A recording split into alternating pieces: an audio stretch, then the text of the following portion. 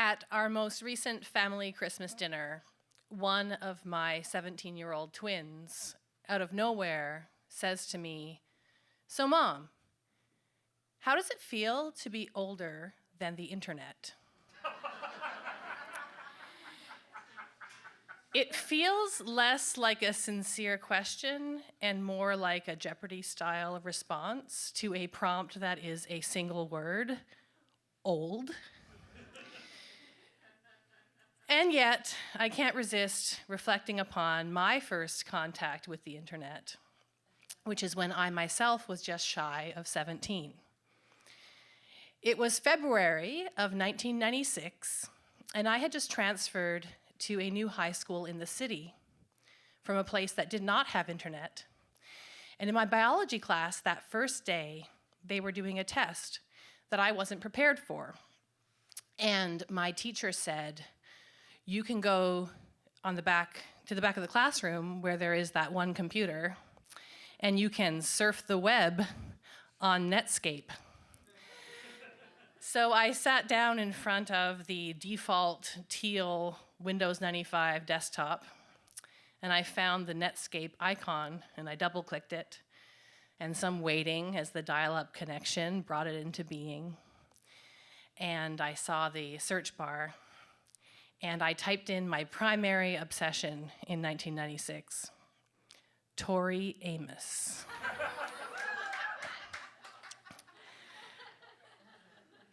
Still more waiting as the web browser generated some links.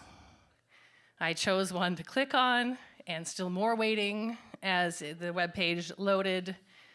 More waiting still as a photograph of my favorite musician comes into display, pixelated line after pixelated line. And I have to admit, it's kind of amazing. But at the same time, even then, before I knew how fast connections would get, it was already trying my patience. I think that trying my patience is the best summary of how I feel about technology. Just as I was a latchkey kid before helicopter parenting was a thing, I became a parent before there was an app for that, or any apps for that. And for that, I am very, very grateful. Having a baby is a delightfully analog IRL experience.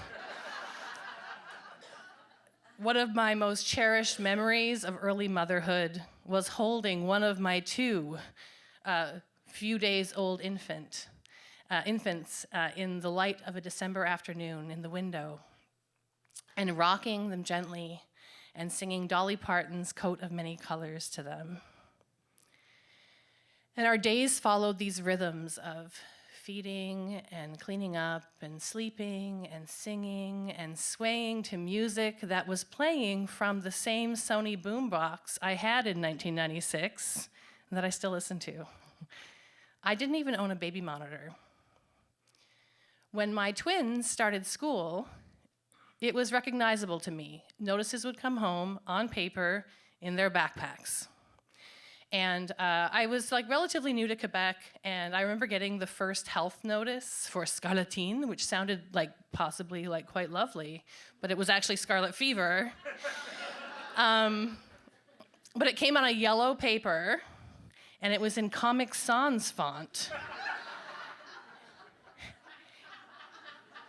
And I was doing comedy at the time, and I joked that I had inadvertently, by becoming a parent, I had inadvertently engaged in a 12-year sentence to Comic Sans font.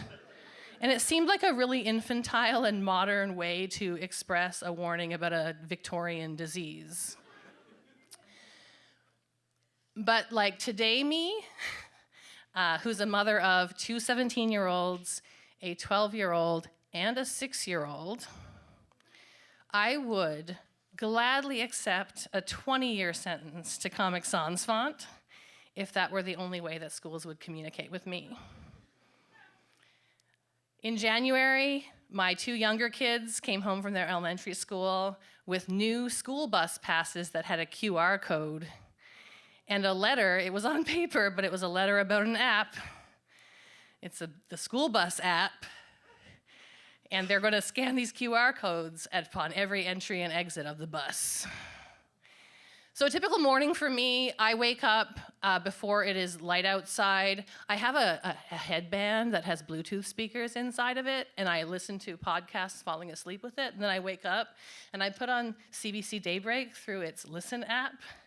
And I prepare school lunches, and I pack snacks and lunch bags and refill water bottles and do all that. And I listen to the rhythms of the show to determine like where I need to be in my morning. And at the 6:30, boom, boom, boom, news, I am to grabbing coats like Pavlov's dog is to salivating. I have it down, okay? But now, because of the bus app, I get a doodle-doot-doot that tells me the bus has left the depot. And another one, doodle-doot-doot, which means that we really need to already be on the bus stop. Like, it's kind of too late. We need to have our shoes on, we need to be there. And then, sure enough, as I'm walking back to my house after my kids have been collected, doodle-doot-doot, the kids are on the bus. Yeah, I know, I saw them get on the bus. This is an app for a problem I don't have. I can follow a schedule. I put my kids on a school bus, and I'm pretty rest assured that they're going to get to school on the school bus. And yet, I'm on the metro going to my full-time job, and I'm looking at Outlook for emails from my colleagues and other departments, and I'm opening Omnivox for emails from one of my over 100 students, and I get a doodle-doot-doot, your children have arrived at school. Oh, and I get that per child, and there's 2 of them. And then I get a text from one of my teenagers, running late for school. Please, please let them know. I open the Mosaic app that I use to see report cards and to notify the school of absences and lateness. And I begrudgingly allow my teenager to evade detention for yet another day. So the school bus app is the most recent of a timeline of apps that began in 2018 for me when my 3rd child started kindergarten. And her kindergarten teacher used Class Dojo, which was, it had a little ninja icon, and it would be like, this is how you communicate with the class. And so that was that. And then the next year, COVID hit. And so it was Zoom and Google Classroom. And now Microsoft Teams has entered the chat. And that's where parent-teacher meetings get scheduled, and they happen. Except my systems are default logged into my workplace for Microsoft. And so I have crashed my computer trying to join a parent-teacher meeting. I long to sing to an infant in the light of a window. A friend of mine is newly a parent, and when I saw her recently, she was telling me about an app that she uses to keep track of her baby's sleep times and the feedings and which breast they fed on and how much they drank, and there's just so much information. And of course I look it up, and it's one of so many apps. Like, I didn't even think that there were actually like pregnancy tracking apps, but that's apparently, a woman has a book about it now, so it's a thing. And I want to tell her that there's going to be so much time for apps, but I also understand that what tries my patience can bring other people order in what might seem chaotic. And fundamentally, as a parent, my kind of first value is to not judge others for what they choose to do to raise their children. And I think that all of us share the quality of wanting what's best for our children and wanting to know that our kids are okay, and we just have different ways of accessing that. But I'm not like above apps. Listen, I spend way too much time on social media, and recently I've been screen capping the Meta AI summaries of comment threads on public posts on Facebook. Like, this is my personal main hobby right now after being a bookworm. And as an English teacher, I noticed like how formulaic the writing is, right? It's always 3 sentences, and it goes something like this.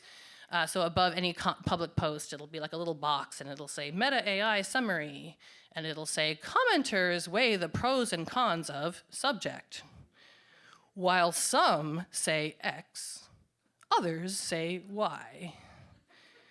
In all, people respond to subject with item 1, item 2, and item 3. So I thought I would generate a very human, but yet AI-style response to my child's question of how I feel being older than the internet. Gina recognizes that parenting comes with many joys and challenges. While on occasion technology has its advantages, most times Gina would rather slowly watch a photograph of Tori Amos load on Windows 95. In all, Gina's feelings about parenting, aging, and technology can be summarized in one word: bittersweet. Thank you.